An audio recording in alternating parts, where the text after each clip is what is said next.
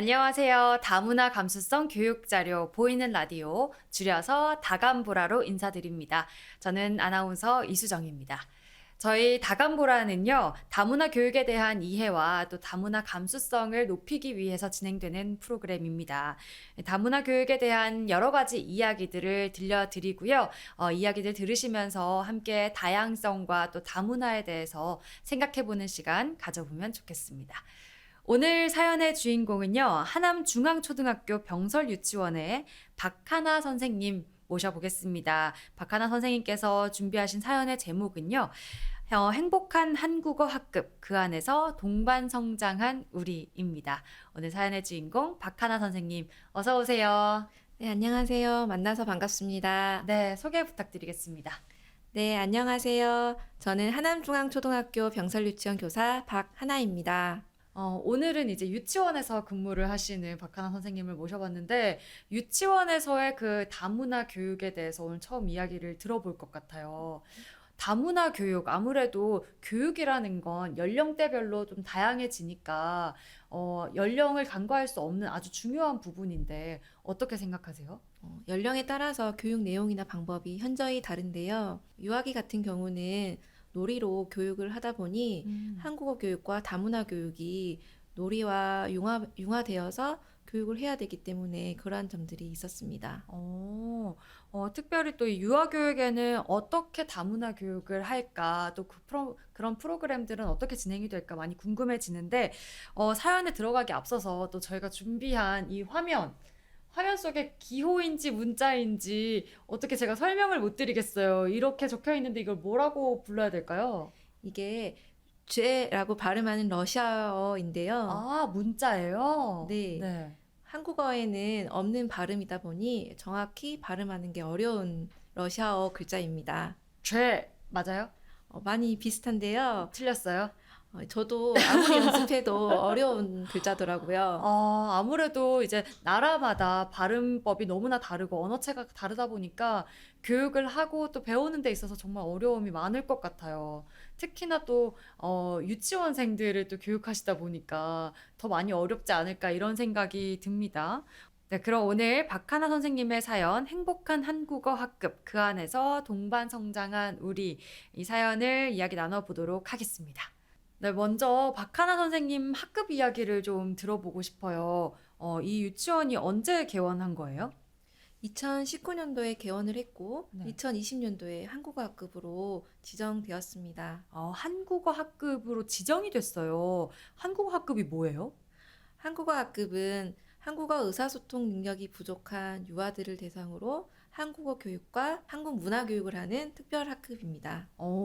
한국 문화와 또 한국어를 따로 교육해야 되는 이유가 있었을까요? 네, 이 다문화 유아들이 한국 사회에 더 쉽고 안정적으로 적응하기 위해서 아이들을 도와주는 하나의 교육 정책입니다. 그러면 박하나 선생님께서 근무하시는 유치원에 다문화 학생들이 좀 많은 편이었나요? 네, 2019년도부터 2023년까지 전체 외국인 가정 자녀들로 구성되어 있고요. 네. 아이들뿐만 아니라 학부모님들도 한국어로 의사소통 능력이 어렵습니다. 학부모님들이 다 외국인 분들이세요? 네, 그렇습니다. 와, 그러면 처음 말을 배우는 단계 아이들인데 부모님이 도와주지 못하면 정말 힘들 것 같거든요. 특히나 한국어 교육을 선생님이 모두 다 몫을 치러야 된다고 생각하면 조금 벌써부터 막막한 생각이 드는데 어떠셨어요? 힘들었을 것 같은데. 네, 저는 한국어 학급이 개설되기 전부터 네. 이 상황을 극복하고자 여러 선배 선생님들과 컨설턴트 분들께 도움을 많이 요청했고요. 네. 언어 발달에 관한 책이나 다문화 교육에 관련된 자료집을 밤낮으로 찾아보는 등 여러 노력을 강구했습니다. 와, 아니, 이 교육을 하기 전부터 그런 준비들을 꾸준히 해오셨어요. 전부터 이걸 상황을 미리 좀 예측을 하셨어요. 어떻게 전부터 준비할 생각을 하셨어요?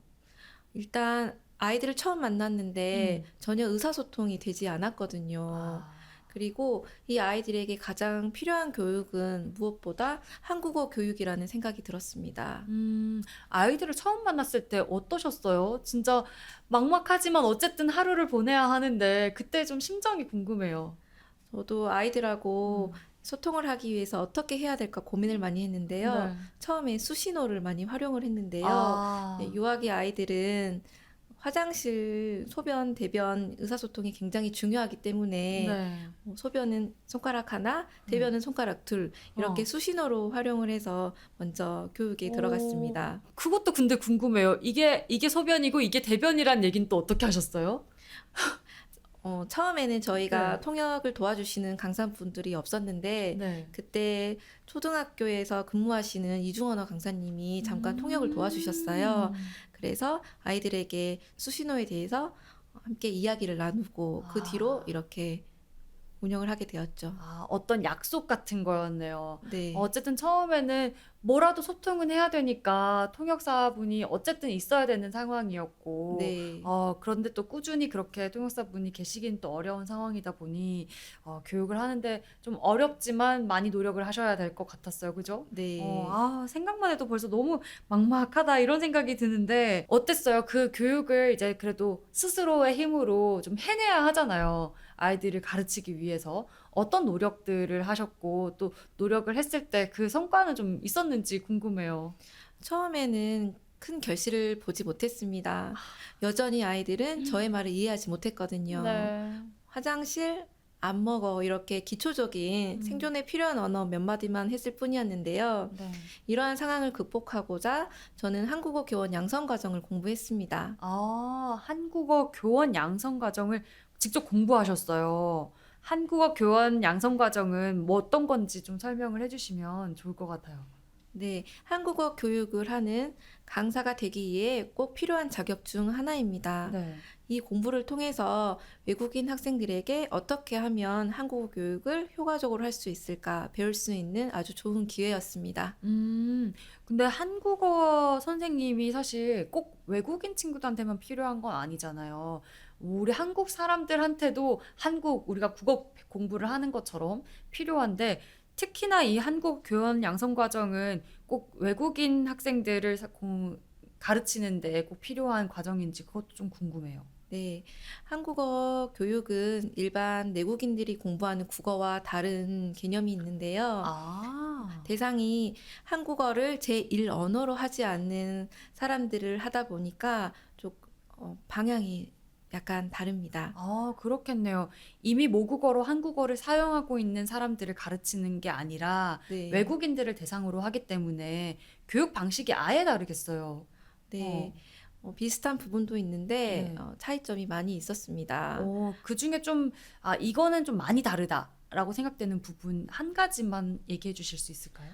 가장 기억에 남는 것은 아까 제가 발음했던 네. 죄라는 발음이 혀를 위로 올려주는 훈련이 많이 필요한데요. 네. 모국어와 러시아어가 이렇게 언어 체계가 다르다는 점이 네. 인상이 깊었습니다. 네, 한국어 교원 양성 과정을 공부하시면서 어쨌든 외국인을 대상으로 가르치는 그 과정이 있기 때문에 뭔가 지금까지 공부하셨던 것, 또 배우셨던 거랑은 좀 다른 결이었을 것 같거든요. 어떤 점이 좀 인상적이고 어떤 점이 좀 차이점이 있었는지 궁금해요. 네, 저는 이 과정을 공부하면서 다문화 아이들을 진심으로 공감하게 됐었는데요. 네. 아이들이 한국어를 배우면서 정말 어렵겠구나 알 수 음. 있었습니다. 발음의 차이가 굉장히 크더라고요. 네. 혀를 위로 말아주는 연습이 아까 필요한 그 글자처럼 네. 외국인 학생들도 우리나라 말 중에서 특히 모음을 어. 구별하기 어렵다고 하더라고요. 어. 그래서 아이들에게 진심 어린 어. 공감을 할 수 있었습니다. 또 생각해보면 저희도 외국어 공부할 때 발음 연습을 정말 많이 하잖아요. 그럼에도 불구하고 발음이 진짜 어렵단 말이죠. 말씀하셨던 그 글자도 제가 아까 따라했는데 못했던 것처럼 아이들도 뭐 당연히 마찬가지겠죠. 아까 선생님께서 뭐 일은 소변, 이는 대변 이런 식으로 수신호로 아이들과 약속을 정해서 소통한다고 하셨잖아요. 근데 그런 상황이 뭐 1, 2년 지속되는 건 사실 너무 어려울 것 같고, 어쨌든 조금의 의사소통은 나중에 가능한 상태가 될 텐데, 현재는 아이들과 어느 정도로 소통이 가능하세요? 아이들의 수준이 천차만별인데요. 간단한 의사소통이 되는 아이들부터 음. 전혀 소통이 되지 않는 아이들까지 여러 아이들이 아. 있습니다. 소통이 그럼 잘 되는 아이는 어느 정도로 되는 건가요? 선생님, 물 먹고 싶어요?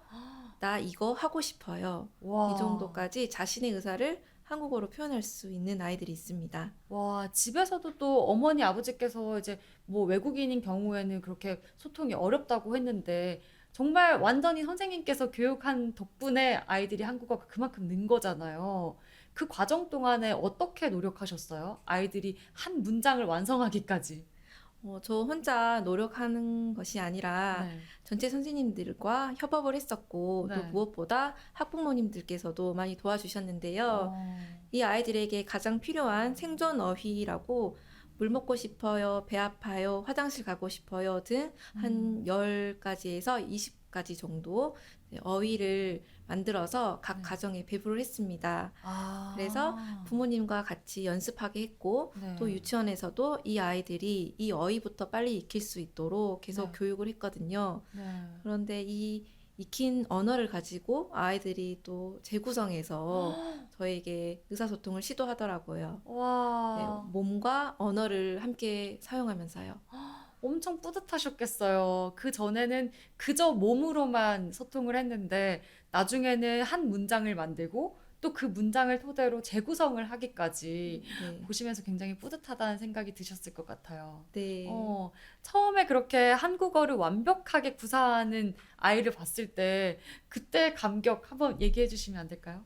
네, 저는 그때 바로 메모를 했었거든요. 네. 이 사실을 다른 선생님들과 학부모님들께 알려야겠다. 음, 그래서 바로 사진도 찍고 메모도 하고 그렇게 네. 했습니다. 뭐라고 메모하셨어요?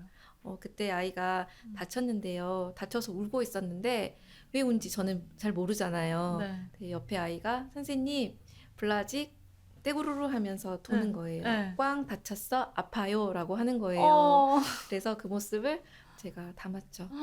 걱정이 되면서도 그렇게 말을 하는 걸 보고 엄청 감동받으셨을 것 같아요. 네, 우리 아이가 처음에 엄마, 아빠 하는 것처럼 그만큼의 감동이 아니었을까 싶은데요. 네, 네. 많이 감동받았습니다. 어, 선생님께서 말씀하셨던 그 학급에서는 또 아이들뿐만 아니라 가정 환경까지 모두 좀 다 같이 한국어를 배워야만 가능한 그런 상황이기 때문에 선생님의 역할이 굉장히 중요한 것 같은데 그러다 보니까 선생님께서 더 많이 연구하시고 고민하시고 또 노력하신 덕분에 선생님도 성장하시고 또 우리 아이들도 수시노에서부터 완벽한 문장을 만들기까지 동반 성장할 수 있는 그런 상황을 만들어낸 것 같아서 너무나 뿌듯하고 감사한 마음까지 듭니다. 네, 저희가 이렇게 박하나 선생님과 이야기를 나눠봤는데요. 저희가 함께했던 주제 행복한 한국어 학급 그 안에서 동반 성장한 우리라는 주제로 이야기 나눠봤습니다. 박하나 선생님 마지막으로 우리 청취자 여러분들에게 한 말씀 부탁드리도록 하겠습니다. 네, 저는 아이들과 생활하면서 아이들보다 제가 더 많이 배우고 깨달았는데요.